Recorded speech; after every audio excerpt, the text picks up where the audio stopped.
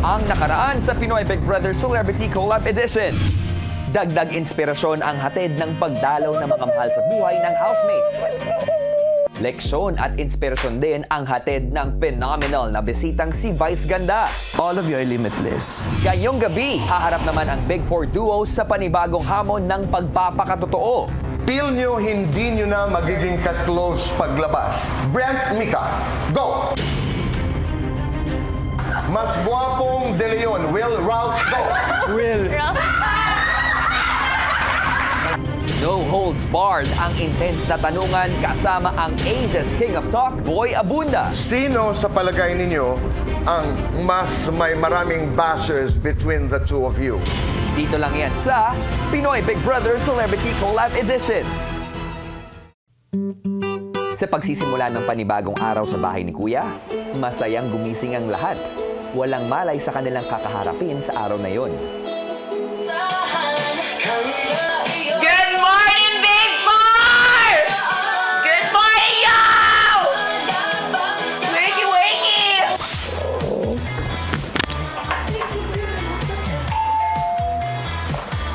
Ay, Ate! Magandang umaga, Kuya! Magandang umaga, Kuya! Morning, Kuya! Maya-maya, sa kalagitnaan ng araw, may napansin ang housemates. Not a talk show. Parang nararamdaman ko na parang mala-talk show po yung vibe na binibigay. Nung nakita ko yung setup, Kuya, gandang-ganda ako sa setup. Para siyang pang-podcast na yung mga nakikita mong talk shows, Kuya, ganun yung setup, ganun yung vibe, ganun yung feeling. Tapos nandun pa yung logos namin. Habang nagbibihis, patuloy na naghinala ang ilang housemates. Hindi mo mag-guess. Co-hostos. Ang hindi nila alam, isang panibagong bisita ang gugulat sa kanila. Maligayang pagbabalik sa aking bahay, boy. Maraming salamat, Kuya. I'm happy to be here. Kamusta ka na, boy? Mabuti naman. Mabuti and malusog, healthy. Natutuwa akong marinig na nasa mabuti kang kalagayan pa rin. Thank you, Kuya. Nagpapasalamat ako sa iyo dahil pinaunlakan mo ang aking imbitasyon muli. Walang anuman.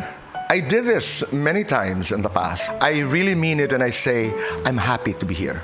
Nasa loob pa ng bahay ko ngayon ang Big Four duos at sila ang maglalaban-laban para sa titulong Big Winner at para matulungan ang taong bayan. Sa pagpili sa kanila ay hihingin ko sana ang tulong mo. You have it, Kuya. Sa prosesong ito, nais kong sila ay iyong makapanayan. At sa unang pagkakataon ay makakarinig sila ng mga opinyon, pati na rin ng mga perceptions mula sa mga tao sa labas ng bahay. This is the best thing, Kuya, as an interviewer. Not knowing what's gonna happen is not just exciting, but when I do conversations with people I'm not very familiar with, para akong nasa isang safe space. I like the exploration, I like the uncertainty. Tapos, makakatulong pa ako sa taong bayan, mas makilatis, mas makilala ang Big Four duos. I am a blank canvas. I'm going to ask questions and let's see what happens. Hello? Yun. Yeah, no? We're down to the last 4 days before the big night. Tuloy-tuloy pa nga rin ang pag-only vote ng ating mga kapamilya at kapuso para sa kanilang mga pambatong Big Four duos. At para mas matulungan kayo sa inyong pagpili, haharap ang ating housemates sa isang panibagong hamon ng pagpapakatotoo. Hello sa lahat ng mga kapuso and kapamilya natin all over the world. Good evening, Konsehal. Magandang gabi, Mayor. Salamat. Sa ating mga kapuso at kapamilya, hello sa inyong lahat! Ngayong gabi, sama-sama nga nating mapapanood ang pagharap ng Big Four duos sa mga katanungan ng nag-iisang Asia's King of Talk, Tito Boy Abunda. Paano nga rin kaya nila haharapin ang mga katanungang may kinalaman sa mga komento at opinyon ng mga netizens dito sa outside world? Pilipinas at Team Online. Mayor, simulan na natin. Maya-maya, ipinahanda ni Kuya sa housemates ang mga nagawa nilang tanong para sa mga kapwa duos. Ilang araw na ang nakalilipas ay pinagsulat ni Kuya ang bawat duo ng mga katanungan na nais nilang sagutin ng mga kapwa duos. Maya-maya, pagpasok ng lahat sa may living area, Oh! Merong isa. Sa host, nakita namin na may upuan sa gitna. So sabi namin, kaninong upuan to? Siguro may host na papasok dito. Eto na po siguro yung haharapin po namin, yung dapat naming harapin po, kuya. Ilang saglit pa ay pumwesto na ang Final Four duos. Yung setup, medyo may podcast feels and for sure naisip na namin ito na siguro yung mga questions na tanungan to each other.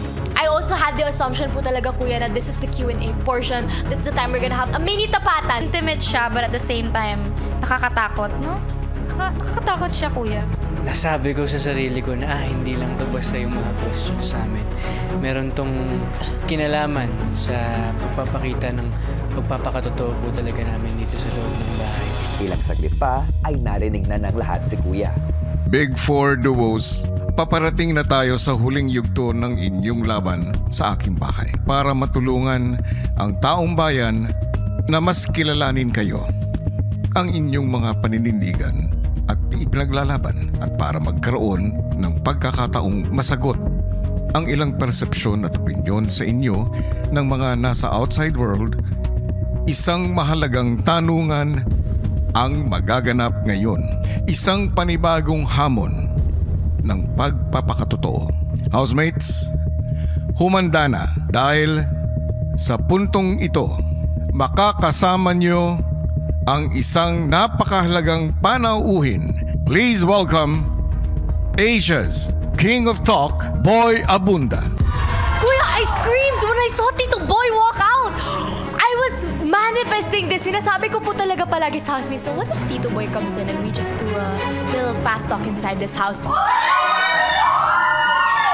Sobrang na-excite ako, kuya. Kasi dream ko rin, kuya, na maging part ng isang talk show. Tapos si Tito Boy ang host, sagutin ng mga happiness or chocolates, mga tanong na gano'n. Kasi pangarap po talaga ng lahat ng nag-aartista ma-interview ng isang Boy Abunda. Are you? Kumusta kayo? Big Four Duos, maraming salamat sa pagkakataong ito. Ilang araw na lamang at kayo'y haharap na ng inyong kapalaran sa Big Night. Ang aking assignment dito ay tulungan ang sambayanan na mas kilatisin kayo. Tingnan natin, we'll do the best. The best way to do this is just to answer the questions directly, as honestly, as truthfully as possible.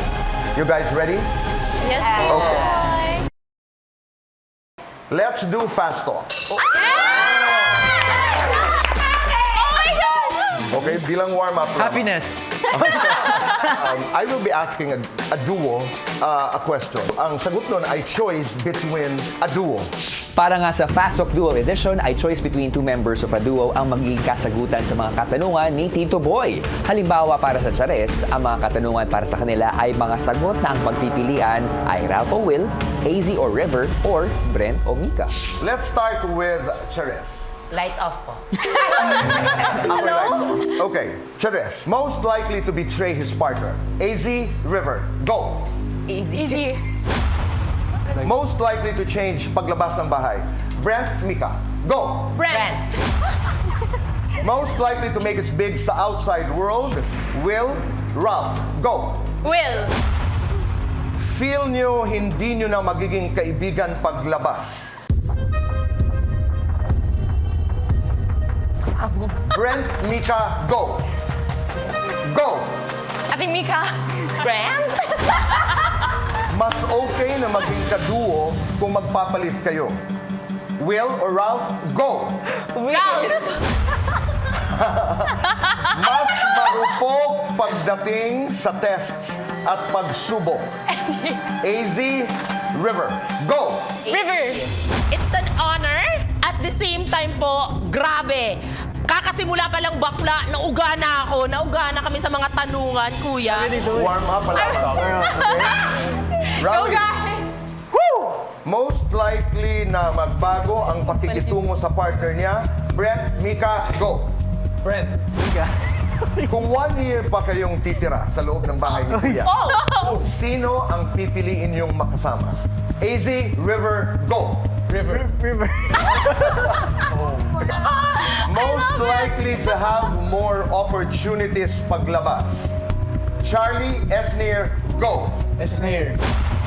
Feel nyo hindi nyo na magiging ka-close paglabas. Brent, Mika, go. Brent. Sorry, bro. Mas deserving makakatanggap ng malaking pera para sa pamilya. Esnir, Charlie, go. Charlie. Esnir. Mas madaling magpadala sa kanyang emosyon. AZ, River, go. Easy. Maraming salamat. Oh, at that point talaga hindi na ako nag-iisip, kuya. Basta the first thing that came into my head, yun na lang po talaga yung sinabi. Asper, tayo naman. Just say me, girl. How are you feeling so far? club with you. I'm enjoying this.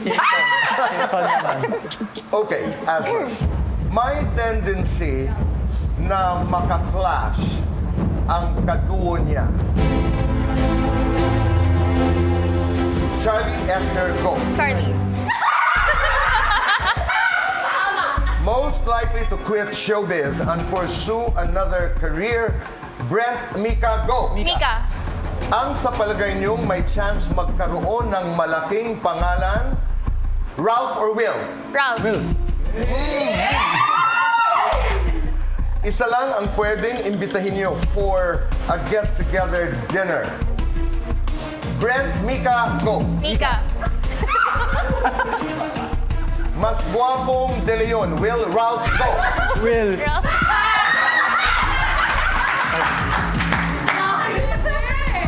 Mas matalino sa palagay ninyo. Esnir, Charlie, go. Esnir. This is for you. Sino sa palagay niyo ang mas may maraming bashers sa inyong dalawa? Go. River. Okay.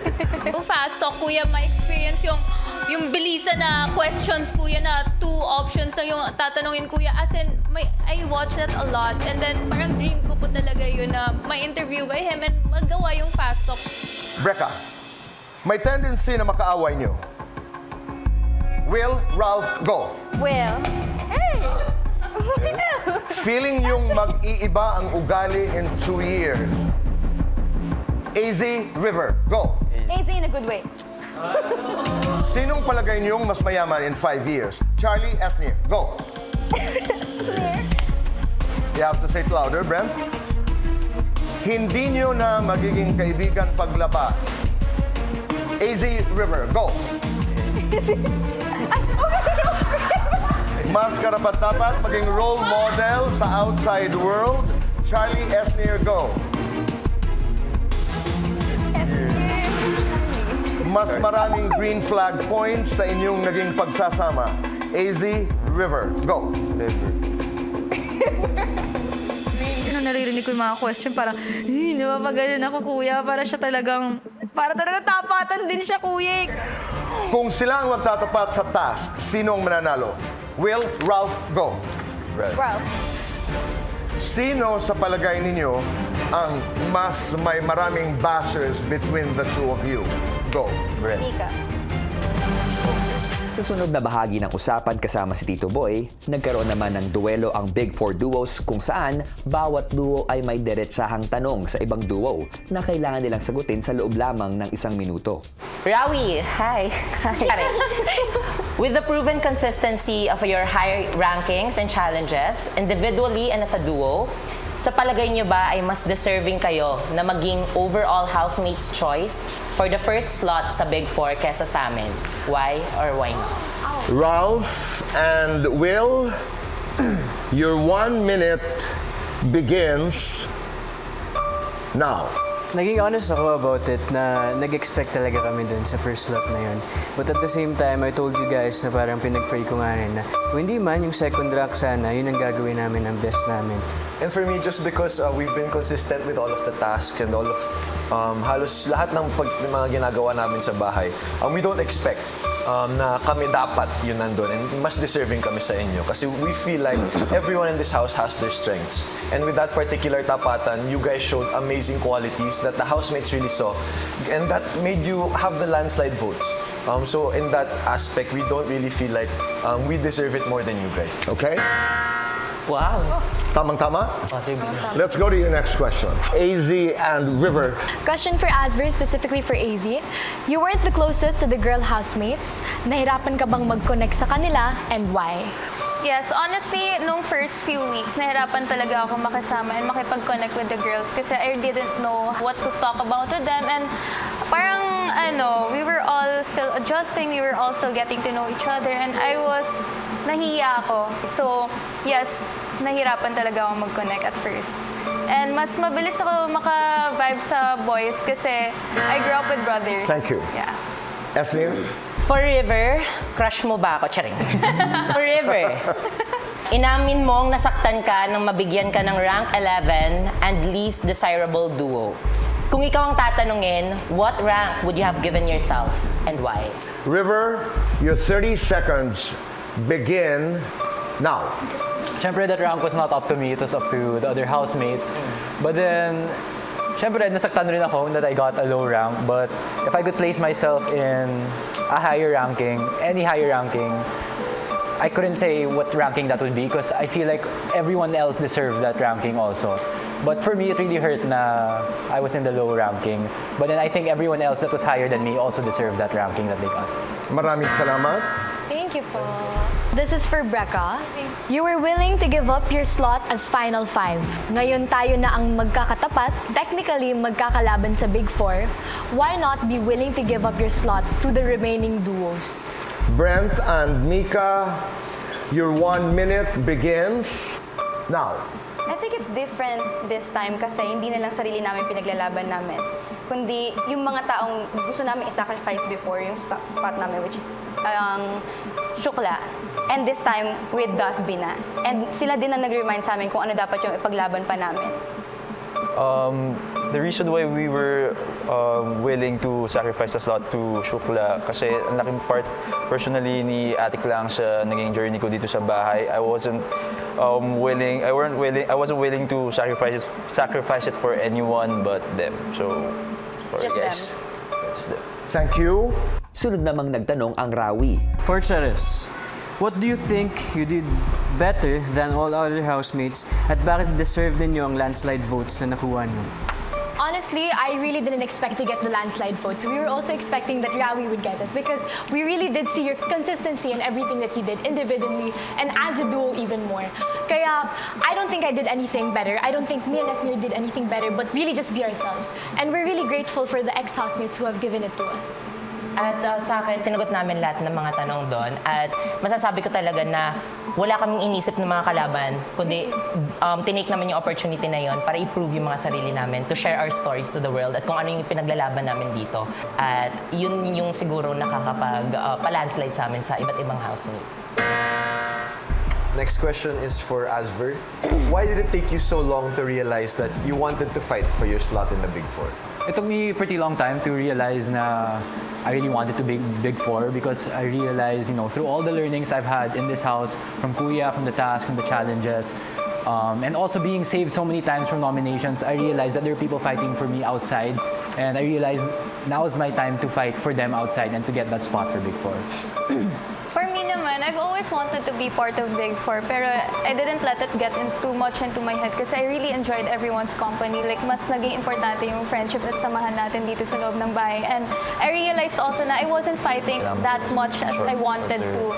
And parang nakukulangan ako sa opportunity that I had to fight. So this time, I really wanted to show that I was really fighting and to prove myself more to other people, especially sa outside.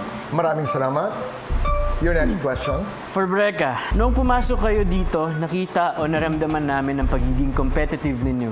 Bakit nyo inayaang mawala ito at ano naman ang nakapagpabalik ng apoy sa inyo?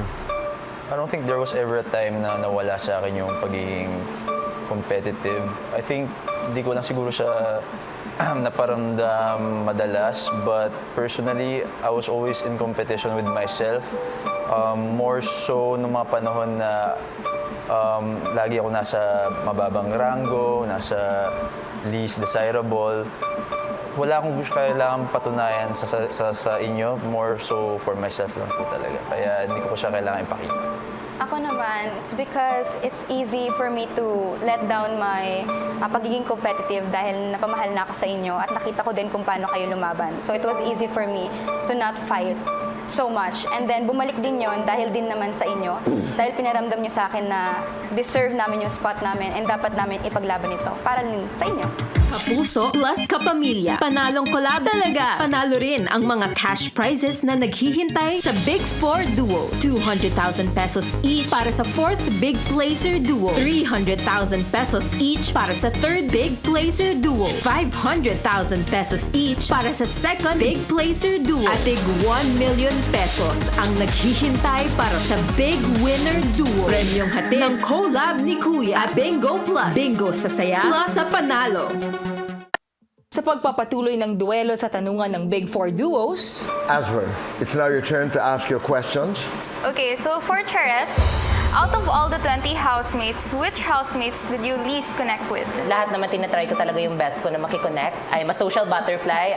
Ever since day one pa lang dito, lahat talaga I made sure na wala akong nila-left out, ganyan. Pero if tatanungin ako, siguro si Vince, kasi because of sa nangyaring issue sa amin, na-awkward ako that time, ayun, siya din yung isa sa mga pinakalit na pumasok dito. Pero as time goes by, parang nag-effort naman ako na to connect with him, and that's what matters. For me, Asver, I think it's Ate Sai. Yes, we do have a connection, but I feel like it was just the tip of the iceberg getting to know her. She was really an ate to me, but I feel like I could have gotten to know her even more if I was given more time. Okay. For Rawi, if you were not able to pick each other as your final duo, sino ang isa pang pipiliin nyo? My second choice, or if I wasn't able to pick well, would have been AZ. AZ was someone that I really enjoyed my time as a duo with. She really showed her potentials in being smart. Grabe yung critical thinking niya, yung problem solving niya. And grabe din siya mag-support. She's been there through everything. She's been a constant here in my stay. And for those reasons, I would really pick her if I didn't pick her. Ako, kung susundin ko rin yung ranking ng lahat ng mga nakaduo ko, pipiliin ko maging final duo, syempre si Sneer. Kasi nakita ko yung aming naging connection din nung naging magkaduo kami. At nakita ko kung gano'n niya kagusto ipaglaban ito. At isa yun sa naging reason kung bakit nagkaroon din ng fire sa katawan ko para ipaglaban kung nasan ako ngayon, which is maging parte ng Big Four. Maraming salamat. For Brecca, was there ever a time wherein you blamed your duo or yourself for losing or not succeeding in the task? Alam nyo naman, sa lahat ng mga task na nagawa natin, lagi kaming pinakahuli. So ako, never kong binblame si Brent sa lahat ng nangyari yung mga task namin. It's more of a, biniblame ko yung sarili ko kasi alam ko din yung mga capabilities and saka yung mga hindi ko kayang gawin. Ako, same with Mika. All the time, I would always rank the lowest. And inisip ko, it's maybe me thing. Kaya sinisisi ko most of the time yung sarili ko. Now it's your turn to ask your questions.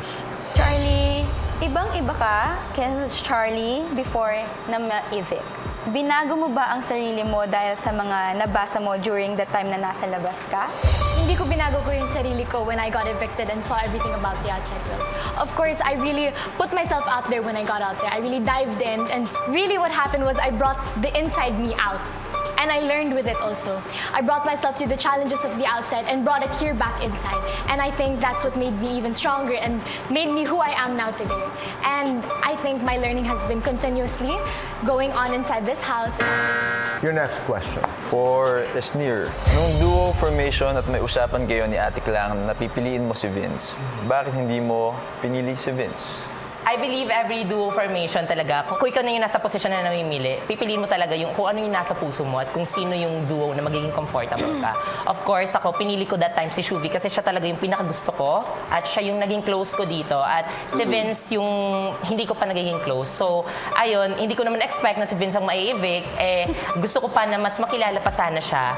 Kaya at that time, pinili ko talaga si Shuvi because I love Shuvi at may common ground kami dahil. Maraming salamat. Next question. For Rawi.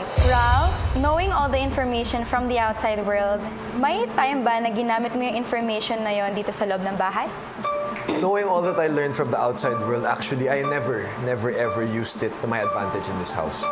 For me, I really just wanted to stay the way I was. Knowing that so much happened outside and so much was different, para sa akin kasi alam ko yung totoong nangyari dito sa loob ng bahay.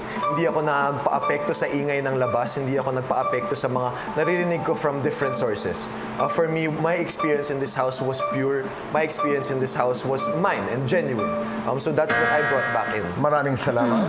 For Will, may mga times na gusto mong lumabas dati. Bakit hindi ka nagvo-voluntary exit? Sobrang napanghihinaan ako before to the point na parang naisip ko na gusto kong lumabas. But at the same time, na mas nangingibabaw pa rin sa akin talaga kung ano yung naipangako ko sa pamilya ko at syempre kung ano yung mga pinaglalaban ng tao sa labas, which is yung mga taong sumusuporta sa akin. Kaya para sa akin, voluntary exit, di talaga yun yung choice ko. Napanghihinaan man ako ng loob, pero feeling ko para sa akin, hindi dun magsistop yung journey ko o yung career ko o yung story ako dito sa loob ng Maraming salamat. For Asber.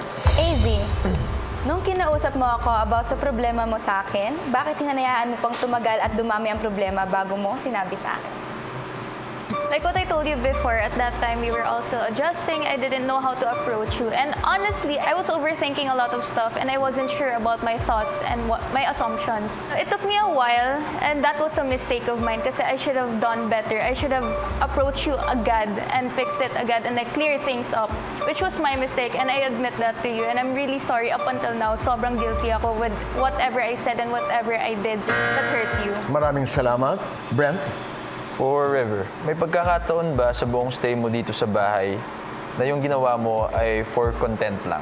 No, I'm just being myself. I'm just doing whatever I want to do. Even if I know na it might be bad content outside or anything, gagawin ko pa rin because that's what's in me, that's what's in my head, and that's what's in my heart. So I just did whatever I did and just was myself the whole time. Maraming salamat. Thank you, Tito Boy. Palakpakan natin ang ating mga sarili. Nandito na tayo sa, I think this is one of the most exciting parts. Magtatanong ako sa bawat isang duo ng mga katanungan mula sa perception, opinion, mga observations, comments ng mga tao mula sa outside world. Oh my God! Oh my God! Ito po yung unexpected. Merong mga say, yung outside world, kuya, lalo na po yung mga negative comments about us. May isang tanong para sa bawat isang miyembro ng bawat duo. But the twist is, ang kaduo ang sasagot ng tanong on behalf of his duo. Wow! Meaning, you should be able to defend your duo o bigyang linaw ang issue o perception ng taong bayan tungkol sa kanya. For this one, you only have 30 seconds each to answer. Let's start with Charlie. Some say that you are too immature at pabebe. May mga na-disappoint din sa mga kilos at ilang nabitawan mong salita dito sa loob ng bahay. Considering na ikaw pa naman ang mahilig mag-share ng Bible verses.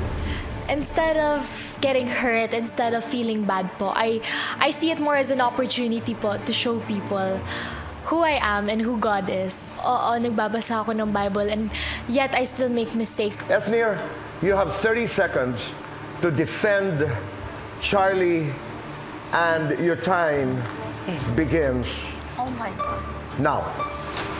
I think, Tito Boy, reality show naman to, hindi naman to maturity show. At nung pumasok kami dito talaga, gusto namin ipakita kung ano talaga yung kami. At I believe na pumasok kami dito sa house para mag-grow. At yun po yung nabigyan po, yun po yung opportunity na nabigay kay Charlie. I admit na meron siya mga kamalian before, pero nakita ko po yung growth niya, yung respect niya sa amin. At yun nga yung sabi niya na Charlie brought me to God also. So, pwede namin... Maraming salamat, Esnir. Sobrang happy ko din na nabigyan ako ng chance na mag-speak up for Charlie, kuya. Kasi ako po yung mismong nakaka-encounter dito, kuya. Kaya kahit kinulang sa time, go lang. The actions of Charlie will speak for itself na lang, kumbaga. Esnir, ikaw daw ay playing safe at walang empathy sa iyong mga kasama. Tahimik lang kapag nalalagay sa alanganin ang mga kaibigan. Nasaktan po ako dun, kuya, sa playing safe at tahimik lang daw po ako pag may issue po yung kaibigan ko.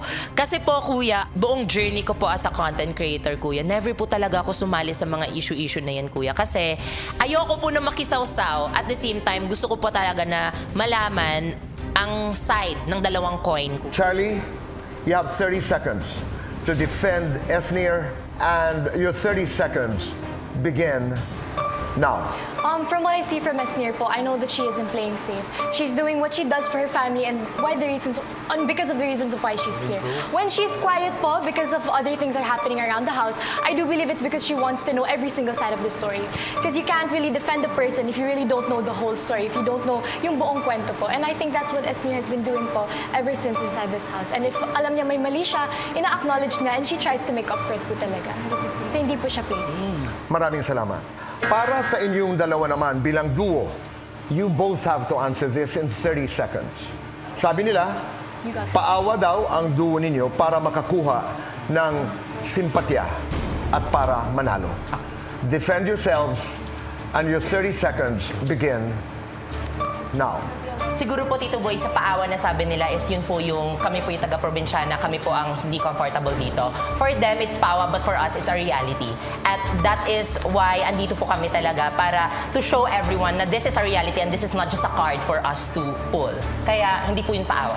Kaya this is not a card to pull talaga po. We are really representing who we are and what we came from. We know that we're not comfortable in lives and yes po taga-probinsya kami, yes po breadwinner kami, but it's also to really raise a flag that even if taga-probinsya ka, you can have a chance here in Manila po.